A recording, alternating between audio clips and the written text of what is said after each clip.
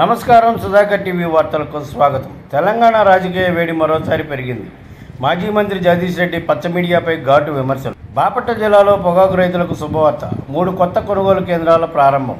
తెలంగాణ రాజకీయాలు ఒక్కసారిగా వేడెక్కిపోయాయి. టీడీపీ పచ్చ మీడియాపై మాజీ మంత్రి ఎమ్మెల్యే జగదీష్ రెడ్డి తీవ్రస్థాయిలో విరుచుకుపడ్డారు. కాంగ్రెస్ పార్టీకి మద్దతుగా టీడీపీ నిలబడుతుందని ఆరోపణ చేస్తూ మాఫియాగా అభివర్ణించిన జగదీష్ రెడ్డి తాము ఇక నిశ్శబ్దంగా ఉండబోమని హెచ్చరించారు. మీ బలుపు ఏంటి, మీ అహంకారం ఏంటి, ఎవరిని చూసుకొని మీకు ఈ ధైర్యం అంటూ పచ్చ మీడియాను ఉద్దేశించి ఆయన ఆగ్రహం వ్యక్తం చేశారు. అందరితో ఆకుండా దాడి చేయడం మొదలుపెట్టమని మాత్రం అనుకోకండి అంటూ మరింత ఘాటుగా స్పందించారు మాజీ మంత్రి జగదీష్ రెడ్డి. ఈ వ్యాఖ్యలతో తెలంగాణ రాజకీయాలు మరోసారి హీటెక్కుతున్నాయి. ప్రత్యక్ష మీడియా వ్యవహారాలపై విమర్శలు వెలువడుతున్న వేళ జగదీష్ రెడ్డి చేసిన వ్యాఖ్యలు చర్చనీయాంశంగా మారాయి. కేటీఆర్ని ఎట్లా చంపాలి, కేటీఆర్ని ఎట్లా చంపాలి వ్యక్తిత్వాన్ని అని చెప్పి దాడులు చేస్తున్నారు. మా సహనానికి కూడా పరీక్ష అయిపోయింది. నోటికొచ్చిన పద్ధతుల్లో మీకు ఇష్టం వచ్చిన బూతులు మాట్లాడుతూ మేము మీడియా అని చెప్పి మేము రాస్తామని మాట్లాడితే ఎవడుకుంటాడరా, ఎందుకుంటాడరా? ఇప్పటికైనా నేను చెప్తున్నా, మహాన్యూస్ యాజమాన్యం వెంటనే కేసీఆర్కు కేటీఆర్కు క్షమాపణలు చెప్పాలి, చెంపలేసుకోవాలి. లేదంటే ఎవడిని వదిలిపెట్టాం. మీడియా ముసుగులో దాచుకుందాం అనుకుంటున్నారేమో, లేదా చంద్రబాబు రేవంత్ రెడ్డి కాపాడతారనుకుంటున్నారేమో. ఎక్కడ ఉన్నా ఎక్కడ దాచుకున్నా బిన్ లాడెన్ వెతికినట్టు వెతికి పట్టుకొని మీ పని చేస్తాం. ఒక్కడిని కూడా వదిలిపెట్టాం. ఒక పథకం ప్రకారమే ఈ దుర్మార్గానికి పూనుకుంటున్నారు, డ్రామాలు ఆడుతున్నారు. ఎవరి గురించి మాట్లాడుతున్నారు? తన ప్రాణాన్ని అడ్డం పెట్టి తెలంగాణ సాధించిన కేసీఆర్ గురించి మాట్లాడతారా మీరు? ఏమనుకుంటున్నారు? మీ బల్పులేంది, మీ అహంకారాలేంది?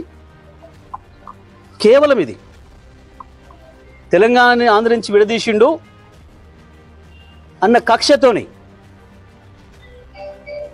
సంవత్సరాల కాలంగా మీ చెంచగాన్లో వచ్చారు ఇక్కడ ప్రభుత్వంలో. ఈ ప్రేలాపన ఒక్కొక్క అక్షరం రాసే ముందు ఎంత జాగ్రత్తగా ఉండాలి, ఒక పదం మాట్లాడే ముందు ఎంత జాగ్రత్తగా ఉండాలి.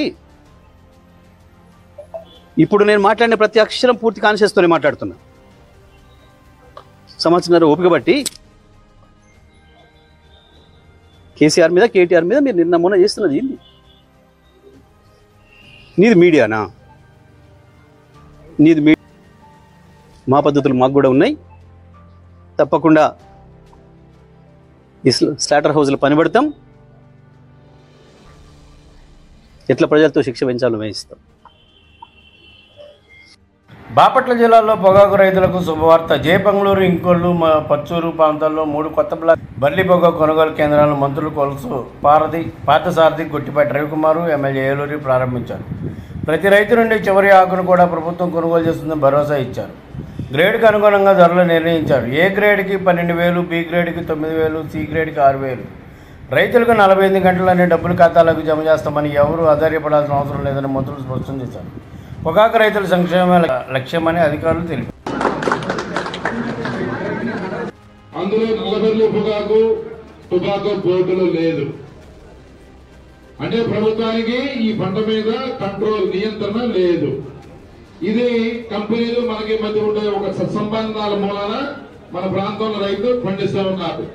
ఈ పండిన పొగాలంటే ఇది ఎక్కడ ప్రజలు వాడేది కాదు, ప్రజలకు ఇచ్చేది కాదు, 10 రూపాయలు తక్కువలో అమ్ముకునేది కాదు.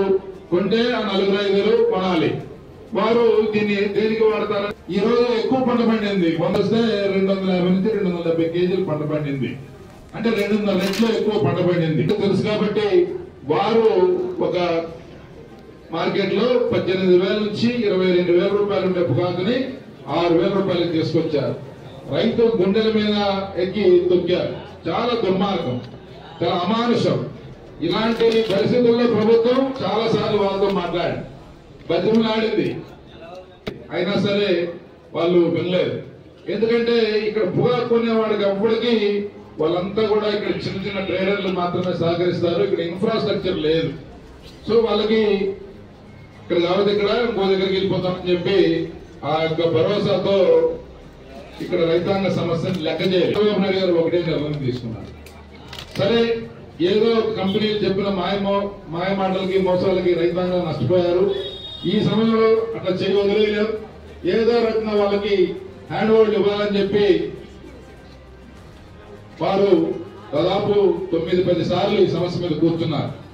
ఒక మంత్రి గ్రూప్ ఆఫ్ మినిస్టర్స్ ఒక 4 మంత్రులతో ఒక కమిటీ వేశారు. దాంట్లో మన రవికుమార్ గారు సభ్యులుగా ఉన్నారు. కోకోకు ప్రాబ్లం వచ్చింది, అలాగే మామిడి రైతులకు సమస్య వచ్చింది. వీళ్ళందరి సమస్యలను తీర్చేదానికి ఒక గ్రూప్ ఆఫ్ మినిస్టర్స్ కమిటీ వేసి అచ్చెన్నాయుడు గారు ఆఫీసర్ల అధికారుల్ని ఈ సమస్య మొత్తం లోతుగా విశ్లేషణ చేసి దానికి నేను కూడా ఒక రిపోర్ట్ ఇచ్చా. దాదాపు 40-50 పేజీలు ఉండే రిపోర్టు. భారతదేశ వ్యాప్తంగా ఇంటర్నేషనల్ గా ఈ పంట పరిస్థితి ఏందనేది, సాగు చేసే దగ్గర నుంచి పంట చివరి వరకు, దాని చివరి యూటిలైజేషన్ వరకు అన్ని రకాల వివరాలతో వారికి ఇవ్వడం జరిగింది. దానికి ప్రభుత్వం నిర్ణయం తీసుకుని ఇది వచ్చినప్పుడు దీన్ని ఇంప్లిమెంట్ చేయడం పెద్ద సమస్య అయింది. ప్రభుత్వం 300 కోట్లు 273 కోట్ల రూపాయలు మన కోసం కేటాయించింది. అవసరమైతే ఇంకో 300 కేటాయించబోతుంది. కానీ దీన్ని ఇంప్లిమెంట్ చేసే ప్రక్రియలో సరైన గొడవలు లేవు. మీరందరూ చూశారు. ఈ రోజు మన ఏఎంసీలో ఈ గొడవలు ఎప్పుడో కట్టినాయి. కానీ గత 5 సంవత్సరాలుగా కనీసం ఇక్కడ ఒక్కరోజు కూడా ఏ రైతు రాలేదు, ఏ ప్రజాప్రతినిధి రాలేదు. అందువల్ల ఇది నిరుపయోగంగా ఉంది.